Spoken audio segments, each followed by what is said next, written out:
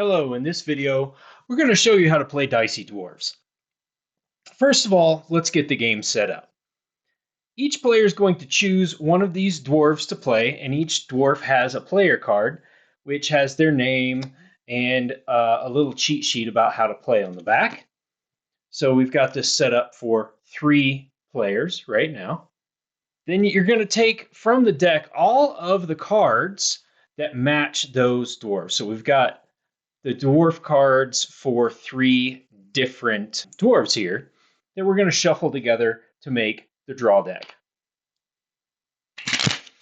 Any of the dwarves not chosen go back into the box, all the cards and the player handouts as well. Each player is then given 2 6-sided dice, 2 8-sided dice, and 1 10-sided die. In this example, we're just going to show you how to play a single hand. You could add scores together and play multiple hands, but this is going to be a single hand demo. Then finally, decide if you're going to use the drinking rules for Dicey Dwarves. In this demo, we're not going to use the drinking rules. Okay, so the first thing we're going to do in a hand of Dicey Dwarves is shuffle all of the dwarf cards together and then deal 7 cards to each player. Then you're going to put the extra cards in the center of the table. Then all players are going to roll their dice. And without changing the values, they'll put them next to their player card. Once these dice are rolled for the hand, you cannot change the dice unless a card tells you to. The next thing we're going to do is draft our first card. When you draft a card, you put it face down in front of you and then attach one of your dice to it without changing the value. You'll then pass your hand to the player to your left. Once all players have chosen the card they wanted to draft, attached a die, and then passed the cards over to the player to their left, we're ready to resolve that first card of the hand. To figure out who is going to start the round, you flip the top card of the deck. And then whoever has that dwarf, and you can always see a dwarf by the bottom right corner of the card, it will match the player's banner on their card. Starting with the player chosen by the starting dwarf as flipped from the draw deck, and going clockwise, each player flips over their card and places the attached die on it where it says attached die. As each card is revealed, the text of the card is resolved. If the revealed card matches the dwarf who played it, and you can always see that by the banner in the lower right corner and the banner on the player's card. If the revealed card matches that dwarf, resolve the text at the bottom of the card. Otherwise, you'll resolve the text at the top of the card. In some cases, you may have a card that gets moved to you and you don't get to resolve a card. You will just get the die and the card. When it becomes your turn, it will already have been resolved before your turn takes effect. In this case, we're going to resolve the bottom text. This is A Drink for Ambach is the name of the card, and the bottom text is get yourself a drink. Add 1 to this die. So it's a 3, we're going to make this a 4, and then we will go over here and start resolving.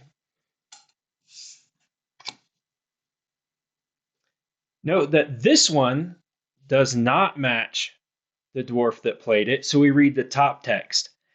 Add 2 to your final score for each different dwarf you have in play.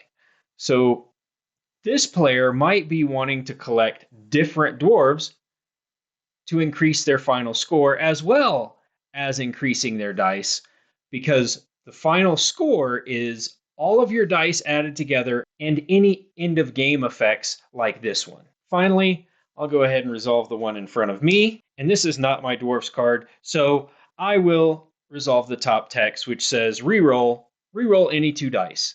And that means any 2 dice anywhere on the board. Of course, one of those I'm going to reroll is my own, which is a 1. And I got a 1. That's not very helpful. I'm going to look over here and see that there is a unattached 7 from Ambach's. I'm going to reroll his and give him an 8. That's great. And that is the end of the first draft. So we're going to draft our second card. We take the stack of cards given to us last time and choose a new card and attach it. And again, pass the remaining cards to the player to your left. Then we'll flip that top card. It's Anbach again who will start. This is one of Anbach's own cards, and it just says, Anvil Dream, add 5 to your final score. This is also Fiona's card, and it just says, trade the attached die for any other die. So we're going to trade this 1 for Anbach's 8, and I had the exact same card for my character, so I will trade this 3 for that 8. And you continue to draft and resolve till every player has 5 cards resolved in front of them. And at that point, you'll tally final scores. At the end of the hand, the board should look something like this, and every player has a die attached. So you may see that some dice have switched around, and you don't have the original dice that you once started with. At this point, each player will add up the total of the dice, plus any end-of-game effects. In my case, there are no end-of-game effects, so my score would simply be the sum total of these dice, which is 21. In Anbach's case, Anbach has an add 5 to your final score, and that's the only additional bonus. So Anbach's score would be the total of the dice plus 5, with a score of 29. Fiona doubled up on some things. So first, let's get the total of the dice, which is 19. Then you would start adding each card's bonus that it's going to get for the end of the game. So this one here says, add 2 to your final score for each different dwarf you have in play. And Fiona has 1, 2, 3 different dwarves in play, so that would be a plus 6. Then the Seeing Double card, which matches Fiona, has a special ability just for Fiona called Drunken Math. If any of your dice match, add to your final score. For every 2 dice that match, you get a plus 6. If you had 3 dice that match, you'd get a plus 10. 4 dice would be a plus 15, and 5 dice is a plus 25. In this case, we have 2 sets of 2 dice.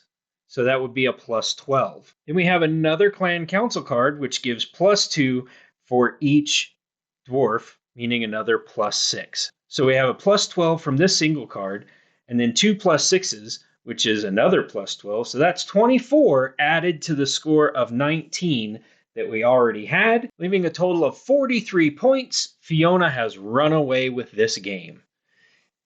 You can keep score multiple hands and just play through, write down your score, and do another hand and add them together and set a target point total, or you can just play one hand at a time and see who wins. At this point, I'm going to go over each card and explain what it does. If you feel comfortable just reading the cards and playing, you can stop the video now. At the end of the video, after I've explained all the cards, I'll explain the drinking rules. So there are 11 cards for each dwarf, and I'll go through them one at a time. The cards are identical for each dwarf. First of all, there's the steel card.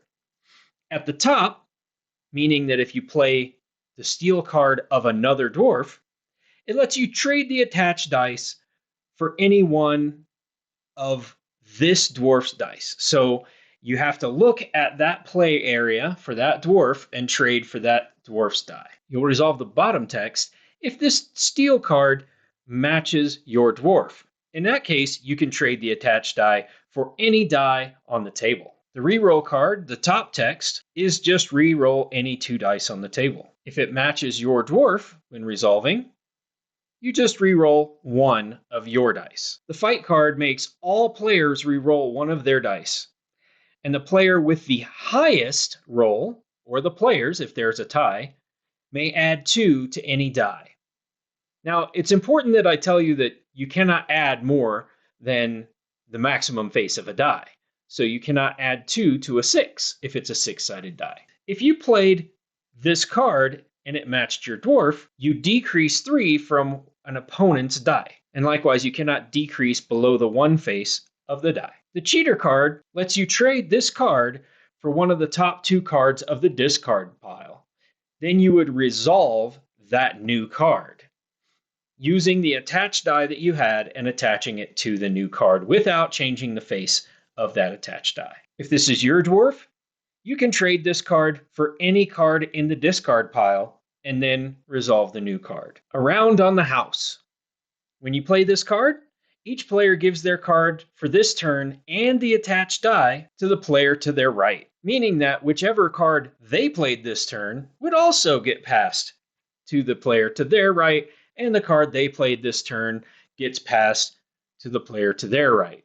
This can lead to a player being given a card that's already been resolved when they have yet to resolve a card this turn. In that case, they just do not resolve a card this turn. If this card matches your dwarf, it's exactly the same, except you choose which direction the cards pass. Passed out. For this one, you would turn one resolved card face down.